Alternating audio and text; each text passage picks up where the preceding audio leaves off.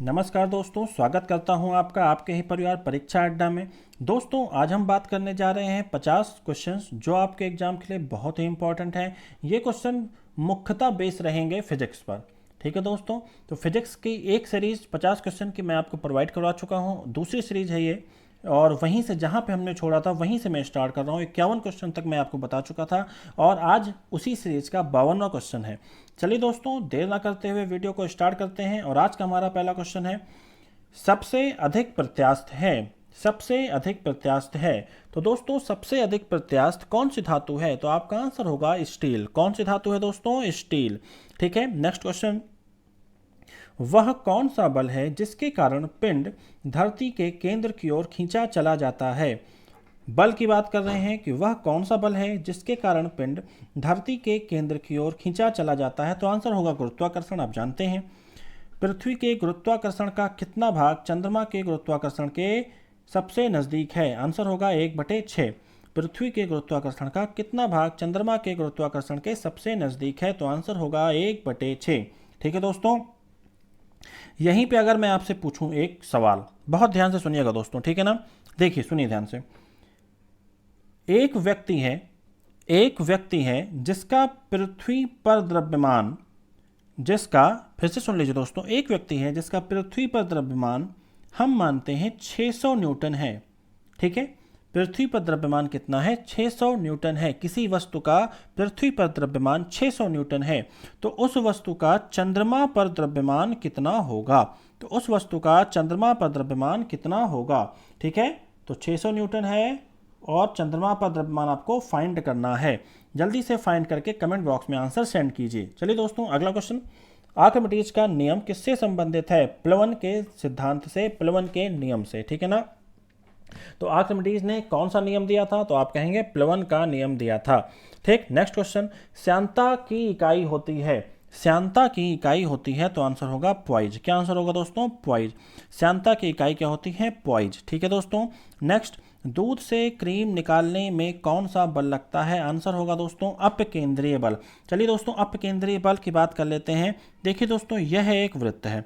हम मान लेते हैं कि यह एक वृत्ताकार मार्ग है, ये इसका केंद्र हो गया। ठीक है, जब कभी भी वृत्ताकार पथ पर कोई भी वस्तु गमन करेगी तो उस वस्तु के द्वारा केंद्र की ओर एक बल लगाया जाएगा, जिसे हम कहेंगे अभिकेंद्रीय बल। कौन सा बल दोस्तों? जिसे आप क्या कहेंगे? अभिकेंद्रीय बल। ठीक है, अभिकेंद्रीय, याद रखिएगा, अभि। ठीक है, और संतुलन की अवस्था को बनाए रखने के लिए, संतुलन की अवस्था को बनाए रखने के लिए केंद्र द्वारा इस वस्तु पर बाहर की ओर एक बल लगाया जाएगा, जिस बल का नाम होगा अपकेंद्रीय बल। अपकेंद्रीय बल। ठीक है दोस्तों, तो यहां पे आपसे पूछा दूध से क्रीम निकालने के लिए कौन सा बल लगता है। दोस्तों ध्यान दीजिए, कभी जब माताएं या बहनें हमारी मथनी के द्वारा दूध को मथती हैं, तो जो क्रीम होता है वो क्या होता है? बाहर की ओर निकल जाता है कहीं ना कहीं। ठीक है, तो ये किसका उदाहरण बन रहा है? आपका अपकेंद्रीय बल का। ठीक, नेक्स्ट, चाबी भरी घड़ी में कौन सी ऊर्जा होती है? दोस्तों सुनिए ध्यान से, बहुत ध्यान सुनना है। क्वेश्चन आपका ऐसे भी पूछा जा चुका है कि एक घड़ी में चाबी भरते ही चले जा रहे हैं। ठीक है, तो जब तक आप चाबी भर रहे हैं तब तक तो उसमें गतिज ऊर्जा है। ठीक, जैसे ही आप चाबी भर चुके हैं वैसे कौन सी ऊर्जा है? तो आप कहेंगे स्थितिज ऊर्जा है। ठीक है, नेक्स्ट, सूर्य की ऊर्जा उत्पन्न होती है नाभिकीय संलयन द्वारा। नेक्स्ट, वायुमंडल में बादलों को तैरने का कारण क्या है? घनत्व। वायुमंडल में बादलों का तैरने का कारण क्या है दोस्तों? घनत्व पे आप टिक लगा के आइएगा। नेक्स्ट, वस्तु की मात्रा बदलने पर अपरिवर्तित रहता है? घनत्व। ठीक है, वस्तु की मात्रा बदलने पर क्या अपरिवर्तित रहता है? घनत्व। देखिए ध्यान से दोस्तों, जैसे किसी टैंक में, ये मात्रा का मतलब द्रव्यमान से मत आप सोचिएगा। ठीक है, किसी टैंक में 4 वस्तुएं रखी हैं, किसी बाल्टी में 4 वस्तुएं रखी हैं। ठीक है, पहले इनकी साइज था 1 सेंटीमीटर, साइज से जानिए, मात्रा का मतलब आप साइज से जानिए। ठीक है, अब इसको हमने बढ़ा के कर दिया 2 सेंटीमीटर इसके साइज को। ठीक है, तो भाई वस्तुएं तो 4 ही रखी हैं ना, वस्तुएं तो 4 ही रखी हैं। ठीक है, हम परिवर्तित क्या कर रहे हैं, उनका साइज परिवर्तित कर रहे हैं, ठीक है ना। तो वस्तु के घनत्व पर कोई भी प्रभाव नहीं पड़ेगा, ठीक है। नेक्स्ट, जल में तैरना न्यूटन के गति के किस नियम के कारण संभव है, तृतीय नियम के कारण संभव है। एंगस्ट्रॉम तरंगदैर्घ्य नापता है, तरंगदैर्घ्य का मात्रक क्या होता है, एंगस्ट्रॉम। इतनी बात आप जानते रहिए। नेक्स्ट क्वेश्चन, अगर मैं आपसे यहीं पे एक चीज़ और पूछ लूं कि प्रकाश की तरंगदैर्घ्य कितनी होती है, तो क्या लगाएंगे आप, 3900 एंगस्ट्रॉम से 7800 एंगस्ट्रॉम, कहीं कहीं पर आपको 4000 से 8000 भी देखने को मिल जाएगा, ठीक है ना। तो ये भी आपका सही है। चलिए अगला क्वेश्चन, किस वैज्ञानिक ने सर्वप्रथम बर्फ के 2 टुकड़ों को आपस में घिसकर पिघला दिया था। आंसर होगा डेवी। क्या आंसर होगा दोस्तों, डेवी। किस वैज्ञानिक ने सर्वप्रथम बर्फ के 2 टुकड़ों को आपस में घिसकर पिघला दिया था, आंसर क्या लगाएंगे, डेवी, ठीक है। नेक्स्ट, ऊष्मा एक प्रकार की ऊर्जा है जिसे कार्य में बदला जा सकता है, इसका प्रत्यक्ष प्रमाण सबसे पहले किसने दिया, इसका प्रत्यक्ष प्रमाण सबसे पहले किसने दिया। तो आंसर हो जाएगा दोस्तों आपका रामफोर्ड। क्या आंसर हो जाएगा दोस्तों, रैमफोर्ड, ठीक है, रैमफोर्ड। इसको आप याद कर लीजिएगा, इंपॉर्टेंट क्वेश्चन है, 2018 ALP में पूछा गया था क्वेश्चन आपसे ये, ठीक है। उसमें एक प्रकार की ऊर्जा है जिसे कार्य में बदला जा सकता है, यह सबसे पहले किसने बताया, सबसे पहले इसका प्रत्यक्ष प्रमाण किसने दिया, तो रामफोर्ड ने दिया, ठीक। नेक्स्ट, लोहे की सुई पानी में पानी की सतह पर तैरती रहती है, जबकि जहाज, लोहे की सुई पानी की सतह पर तैरती रहती है। अच्छा ठीक है, ये नेक्स्ट, ये अगला क्वेश्चन है आपका कि लोहे की सुई पानी की सतह पर तैरती रहती है, क्यों। दोस्तों बहुत ध्यान से देखना है, पृष्ठ तनाव के कारण। क्यों, पृष्ठ तनाव के कारण। कहीं ना कहीं दोस्तों पृष्ठ तनाव ज़्यादा होता है जल का। जब पृष्ठ तनाव जल का ज़्यादा होता है, ऐसे केस अक्सर कहाँ होता है, जहाँ पे आप जल में कुछ ना कुछ अशुद्धियाँ मिला दें, ठीक है। आप बाल्टी में पानी लें, साफ पानी लें, उसमें लोहे की सुई डालें, तुरंत डूब जाएगी, ठीक है। अब क्या करिए, थोड़ा सा मिट्टी ले आइए, उसी मिट्टी को उस पानी में घोल दीजिए। अब आपने क्या किया, अशुद्धि मिला दी, जिससे कि जो अणु हैं जल के वो नज़दीक आ गए। ठीक है, बात समझ रहे हैं आप। तो क्या हो रहा है कि जब जल के अणु नज़दीक आ रहे हैं तो लोहे की सुई तैर पा रही है। क्लियर। चलिए, तो यहाँ पे आंसर पृष्ठ तनाव लगा दीजिएगा दोस्तों आप। कभी कभी ऐसे भी पूछ लेता है कि हम भाई बेड़ी करके चौड़ाई में लोहे की सुई को रखते हैं तो पानी पर तैरती है, अगर हम बिल्कुल खड़ी करके सुई को डाल देते हैं तो वह डूब जाती है। भाई इसका भी कारण पृष्ठ तनाव ही होगा, ठीक है दोस्तों। चलिए अगला क्वेश्चन है आपका, 1 हॉर्स पावर में 746 वाट, आप जानते हैं। बर्नौली प्रमेय किस पर आधारित है, ऊर्जा संरक्षण पर। बर्नौली की प्रमेय किस पर आधारित है, ऊर्जा संरक्षण पर, ठीक है ना। ऊर्जा संरक्षण पर याद कर लीजिए, ऊर्जा संरक्षण पर बर्नौली की प्रमेय आधारित है। नेक्स्ट, बर्फ पर दाब बढ़ाने से उसका गलनांक क्या होगा, तो घट जाएगा। जब भी बर्फ से पर दाब बढ़ाया जाएगा तो गलनांक क्या होगा, घट जाएगा। ये बात आप जानते रहिए, मतलब pressure is directly proportional to गलनांक होता है, ये आप कहीं नोट कर लीजिए। Pressure is directly proportional to गलनांक। गलनांक बढ़ेगा तो प्रेशर घटेगा, गलनांक कम हो, ठीक है। गलनांक, फिर से सुन लीजिए, दाब बढ़ाएंगे तो गलनांक क्या होगा, घटेगा, ठीक है। तो कहीं ना कहीं आप जानते रहिए कि जब दाब ज़्यादा होगा तो गलनांक क्या होगा, कम होगा। जब दाब कम होगा तो गलनांक ऊपर जाएगा। क्लियर। चलिए अगला क्वेश्चन देखते हैं। ऊष्मा का सबसे अच्छा चालक है चांदी, जानते हैं आप, चांदी, ठीक है। उसके बाद बात करेगा तो कॉपर, चांदी फिर कॉपर, ठीक। नेक्स्ट, किसमें सर्वोच्च विशिष्ट ऊष्मा का मान होता है, जल, जानते हैं आप। ऊष्मा का सबसे अच्छा चालक है, अभी आपने पढ़ा, चांदी। नेक्स्ट क्वेश्चन, आणविक संगठन के द्वारा ऊष्मा का संप्रेषण क्या कहलाता है, संवहन। आणविक संगठन के द्वारा ऊष्मा का संप्रेषण क्या कहलाता है, तो आप कहेंगे संवहन। मतलब एक अणु से दूसरे अणु में ऊर्जा जा रही है, फिर तीसरे अणु में, तो इसको क्या कहते हैं आप, संवहन कहते हैं। नेक्स्ट, ठोस से द्रव में पदार्थ की अवस्था परिवर्तन को क्या कहते हैं, देखिए ठोस से द्रव में तो गलन कहते हैं, क्या कहते हैं इसको, गलन कहते हैं, ठीक है ना। अब सुनिए, जैसे कि ठोस कपूर वाष्प बन जाए, मतलब ठोस से सीधे वाष्प बन जाए, तो उस क्रिया को ऊर्ध्वपातन कहते हैं। क्या कहते हैं दोस्तों, ऊर्ध्वपातन कहते हैं। नेक्स्ट क्वेश्चन, किसी द्रव का उसके क्वथनांक से पूर्व उसके वाष्प में बदलना क्या कहलाता है? आंसर क्या होगा? वाष्पीकरण। किसी द्रव का उसके क्वथनांक से पूर्व उसके वाष्प में बदलने की प्रक्रिया क्या कहलाता है? तो आंसर होगा आपका वाष्पीकरण। ठीक है। ऊष्मागतिकी का प्रथम नियम ऊर्जा संरक्षण पर आधारित है। ठीक है ना। चलिए नेक्स्ट क्वेश्चन। यदि किसी स्थान के तापमान में सहसा वृद्धि होती है तो अपेक्षिक आर्द्रता घटेगी। अगर किसी भी स्थान का तापमान बढ़ता है तो आर्द्रता क्या होती है? घटती है। यहीं पे अब आप बताएंगे मुझे अपेक्षिक आर्द्रता को किससे नापा जाता है। फिर से सुन लीजिए, अपेक्षिक आर्द्रता को किससे नापा जाता है? तो आपका आंसर होगा क्या? जल्दी से फटाफट मुझे बता दीजिए। चलिए नेक्स्ट क्वेश्चन देखिए। ध्वनि तरंगों की प्रकृति कैसी होती है? तो आंसर होगा अनुदैर्ध्य प्रकृति होती है। अनुदैर्ध्य प्रकृति होती है। ठीक है। अनुदैर्ध्य तरंगें कौन सी तरंगें होती हैं? फटाफट से मुझे आप बता दीजिए। अनुदैर्ध्य तरंगें किन तरंगों का एक प्रकार है? तो फटाफट से मुझे इसका आंसर आप मुझे जल्दी से बताएंगे। ठीक है। एक क्वेश्चन और है आपके लिए। प्रकाश तरंगें किस प्रकार की तरंगें होती हैं? इसका भी आंसर आप मुझे कमेंट बॉक्स में फटाफट से बता दीजिए दोस्तों। ठीक है ना। और सुनिए, एक्स किरणों के खोजकर्ता कौन है? इसका भी आंसर आप मुझे बताइए। गामा किरणों के खोजकर्ता कौन है? ठीक है ना दोस्तों। कौन कौन सी किरणें इलेक्ट्रोमैग्नेटिक वेव हैं? ठीक है। विद्युत चुंबकीय तरंगों के प्रकार भी बताने हैं आपको। फटाफट से कमेंट बॉक्स में इतने क्वेश्चन का आंसर मुझे सेंड कीजिए। चलिए देखते हैं नेक्स्ट क्वेश्चन। ध्वनि की चाल अधिकतम होती है किसमें? इस्पात में। सब जानते हैं। कौन सी प्रक्रिया प्रकाश और ध्वनि दोनों में घटित नहीं होती है? ध्रुवण। ध्रुवण। कौन सी प्रक्रिया प्रकाश और ध्वनि दोनों में नहीं घटित होती है? ध्रुवण। ठीक। ध्वनि तरंगें किसके कारण प्रतिध्वनि उत्पन्न करती हैं? परावर्तन के कारण। ध्वनि तरंगें किसके कारण प्रतिध्वनि उत्पन्न करती हैं? तो आंसर होगा परावर्तन के कारण। अब आपसे मेरा क्वेश्चन है, प्रतिध्वनि सुनने के लिए कितनी दूरी होनी चाहिए स्रोत और श्रोता के मध्य कितनी दूरी होनी चाहिए प्रतिध्वनि सुनने के लिए? ठीक है। एक क्वेश्चन तो ये हो गया। दूसरा क्वेश्चन सुनिए दोस्तों।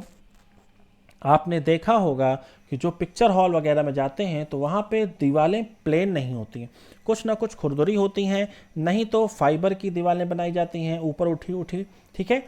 तो इस प्रकार की दीवारें क्यों बनाई जाती हैं? एक क्वेश्चन आपसे मेरा ये है। चलिए दोस्तों अगला क्वेश्चन देखते हैं। रेडियो का समस्वरण स्टेशन उदाहरण है अनुनाद का। किसका उदाहरण है? अनुनाद का। व्यतिकरण की बात कर रहा है। एक के ऊपर एक ओवरलैप कर जाए ध्वनि तो उसे आप व्यतिकरण या अनुनाद कह सकते हैं। डॉपलर प्रभाव संबंधित है ध्वनि से। नेक्स्ट, कौन सी तरंगें शून्य में संचरित नहीं हो सकती हैं? तो ये भी आप जानते हैं, ध्वनि। ठीक है, बात समझे। चलिए अगला देखिए। ध्वनि नहीं गुजर सकती है निर्वात से। सबसे अधिक तीव्रता की ध्वनि उत्पन्न करता है। अब सुनिए दोस्तों, सबसे अधिक तीव्रता की ध्वनि उत्पन्न करता है बाघ। मतलब ध्वनि की तीव्रता तो सबसे ज़्यादा है बाघ की, शेर की। ठीक है। लेकिन यहाँ पर एक क्वेश्चन आपसे बनता है कि मच्छर की जो आवृत्ति होती है वो भी काफ़ी अधिक होती है। मच्छर के भुनभुनाने की जो आवृत्ति होती है वो भी काफ़ी अधिक होती है। ठीक है दोस्तों। तो आप जानते रहिए दोस्तों कि जो मच्छर के भुनभुनाने की आवृत्ति होती है वो भी अधिक होती है। ठीक है ना। यहाँ पे जो ध्वनि की तीव्रता की बात किया है, ये ध्वनि की तीव्रता का मतलब है ध्वनि बहुत ज़्यादा मोटी होती है। ठीक है। अगर ध्वनि बहुत ज़्यादा मोटी होगी तो आवृत्ति क्या होगा? कहीं ना कहीं कम होगा और तारतम्य भी उसका कहीं ना कहीं कम होगा। ठीक है ना। तो कभी आपसे पूछ ले कि ध्वनि को हम पहचान पाते हैं कैसे, तो आप कहेंगे ध्वनि की पिच से, ध्वनि के तारतम्य से। हम आदमी और औरत की आवाज़ में अंतर कर पाते हैं कैसे? तो ध्वनि की पिच से, तारतम्य से। ठीक है। आप जानते रहिए दोस्तों कि जो बाघ का तारतम्य होता है वह कम होता है, आवृत्ति भी कम होती है। ठीक है। यहाँ पे तीव्रता का मतलब दोस्तों ना ही आवृत्ति से है ना ही तारतम्य से है। यहाँ पे तीव्रता का मतलब तेजी से है, या फिर आप कह सकते हैं कि ध्वनि मोटी बहुत है। ठीक है। इस तरह से आप बात कर सकते हैं। चलिए नेक्स्ट। ध्वनि का वेग अधिकतम होगा लोहे का। ठीक, लोहे में ध्वनि का वेग अधिकतम होता है। अगर इस्पात दिया हो तो आप इस्पात ही लगा के आइएगा, क्योंकि इस्पात में ध्वनि का वेग सबसे ज़्यादा होता है। ठीक। नेक्स्ट, जब ध्वनि तरंग चलती है तो वे अपने साथ क्या ले आती है? ऊर्जा। नेक्स्ट, जब प्रकाश के लाल, हरा व नीला रंगों को समान अनुपात में मिलाते हैं तो कौन सा रंग बनता है? सफ़ेद। याद रखिएगा, जब हम निहाल, नीला, हरा और लाल रंगों को समान अनुपात में मिलाते हैं तो हमें सफ़ेद रंग मिलता है। नेक्स्ट क्वेश्चन, कैमरे में किस प्रकार का लेंस उपयोग किया जाता है? मोस्ट इंपॉर्टेंट क्वेश्चन है, उत्तल लेंस।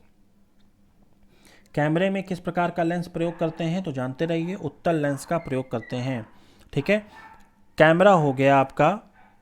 ठीक है, तो कैमरे में कौन सा लेंस का प्रयोग करते हैं? आपका आंसर होगा उत्तल लेंस का प्रयोग करते हैं। नेक्स्ट क्वेश्चन, नेत्रदान में दाता की आंख के किस हिस्से को प्रतिरोपित किया जाता है? कॉर्निया। ये भी आप जानते रहिए। अगर मैं आपसे पूछूं कि स्पष्ट दूरी की न्यूनतम दूरी क्या होती है, तो आप कहेंगे 25 सेंटीमीटर। ठीक, और अधिकतम दूरी तो क्या कहेंगे? अनंत होती है। ठीक है, मायोपिया रोग के निवारण के लिए किस लेंस का प्रयोग किया जाता है? फटाफट से कमेंट बॉक्स में कमेंट करके बताइए। ठीक है, अगर मैं आपसे पूछूं कि प्रेसबायोपिया प्रेसबायोपिया रोग के निवारण के लिए किस लेंस का प्रयोग किया जाता है, तो आप मुझे कमेंट बॉक्स में सेंड करके बताइए कि इसका आंसर क्या होगा। ठीक है ना? तो नेत्रदान में दाता की आंख के किस हिस्से को प्रतिरूपित किया जाता है? आंसर होगा कॉर्निया। अगला, मनुष्य की आंख में प्रकाश तरंगें किस स्थान पर स्नायु उद्योगों में परिवर्तित होती हैं? तो आंसर होगा दोस्तों रेटिना में। रेटिना, ठीक है ना? मनुष्य की आंख में प्रकाश तरंगें किस स्थान पर स्नायु उद्योगों में परिवर्तित होती हैं? आंसर होगा रेटिना। ठीक, मायोपिया से क्या तात्पर्य है? निकट दृष्टि दोष। मायोपिया इंग्लिश नाम है और हिंदी में कहते हैं निकट दृष्टि दोष। ठीक है, निकट दृष्टि दोष तो आपको पता है, तो इसको मायोपिया भी पढ़ लीजिएगा दोस्तों। ठीक है ना? तो इतना आप पढ़िएगा। अगला क्वेश्चन, दूरबीन का आविष्कार गुटेनबर्ग ने किया था। दूरबीन का आविष्कार गुटेनबर्ग ने किया था। नेक्स्ट, पानी से भरे तालाब की गहराई किस कारण कम दिखाई देती है? अपवर्तन के कारण, मैंने बताया आपको। नेक्स्ट, साबुन के बुलबुले के चमकीले रंग निम्नलिखित में से किसके कारण होते हैं? प्रकीर्णन के कारण होते हैं। ठीक है, अगला, जल में वायु का बुलबुला किसकी भांति व्यवहार करता है? आंसर होगा अवतल लेंस की भांति व्यवहार करता है। फिर से सुन लीजिए, जल में वायु का बुलबुला किस लेंस की भांति व्यवहार करता है? तो आंसर क्या लगाएंगे आप? अवतल लेंस की भांति व्यवहार करता है। क्वेश्चन को याद कर लो, रट लो, नहीं तो प्रैक्टिकल करके देख लो। अपना मुंह डालो, पानी भर लो और पानी फिर भर के अपना मुंह डाल दो पानी के अंदर और फिर बुलबुला छोड़ो उसी में, फिर देखो उससे, तब देखोगे तो पता चल जाएगा। ठीक है, ऐसा कर लो। नहीं कर पाओगे तो अवतल लेंस आंसर लगा लो। चलो अगला देखो, प्रकाश की गति किसके बीच से जाते हुए न्यूनतम होती है? कांच। ठीक, आंसर क्या मारोगे? कांच। अगर तुम्हारे पास ऑप्शन में कांच दिया रहे तो आंसर क्या मारोगे? कांच। ठीक है, तो प्रकाश की गति किसमें न्यूनतम होती है? आंसर क्या रखेंगे आप? कांच। किसमें अधिकतम होती है? तो क्या कहेंगे? निर्वात। ठीक, नेक्स्ट, किसी तारे के रंग से तारे का क्या पता चलता है? उसके ताप का पता चलता है। ठीक है, देखिए जैसे जैसे तारे का रंग हल्का होता जा रहा है, ताप क्या हो रहा है? उसका कम होता जा रहा है, कहीं ना कहीं ऊर्जा उसमें से निकल चुकी है। ठीक है, बात समझे आप? तो पीले रंग का पूरक रंग है नीला। इसको भी याद करके रखिए, पीले रंग का पूरक रंग है नीला। नेक्स्ट, पानी के ऊपर तेल की परत का चमकना, पानी के ऊपर तेल की परत का चमकना क्या कहलाता है? दोस्तों इसका आंसर होगा आपका व्यतिकरण। पानी के ऊपर तेल का चमकना व्यतिकरण। ठीक है दोस्तों, चलिए अब दोस्तों मैं आपको बताता हूँ, मैंने आपसे एक क्वेश्चन पूछा था अभी कि पृथ्वी पर किसी वस्तु का द्रव्यमान 600 न्यूटन है, तो चंद्रमा पर उस वस्तु का द्रव्यमान क्या होगा? तो दोस्तों ध्यान रखिएगा, अगर जिसका भी आंसर 100 आ रहा है तो 100 लाने के लिए आपने 1/6 से गुणा करा दिया होगा, 100 आ जाएगा, 6 से काट लेंगे। ठीक है, बिल्कुल गलत है, बिल्कुल गलत है। क्यों गलत है? क्योंकि जो आपका द्रव्यमान होता है वो यूनिवर्सल है, मतलब कहीं भी चेंज नहीं होता है, कहीं भी परिवर्तित नहीं होता है। तो जिन लोगों ने आंसर 100 न्यूटन किया था, बिल्कुल गलत आंसर किया था। कृपया करके अपनी गलती को सुधारिए और आज के बाद ये गलती मत करिएगा दोस्तों। ठीक है, चलिए दोस्तों, तो आज का वीडियो आपका कैसा लगा फटाफट से बताइए, और अगर आपको पसंद आया है तो वीडियो को लाइक करना बिल्कुल भी मत भूलिएगा दोस्तों। चैनल को अभी तक अगर आपने सब्सक्राइब नहीं किया है तो फटाफट से सब्सक्राइब करिए और ज़्यादा से ज़्यादा शेयर करिए। तो दोस्तों आज की क्लास हम यहीं रोकते हैं। जय हिंद, जय भारत।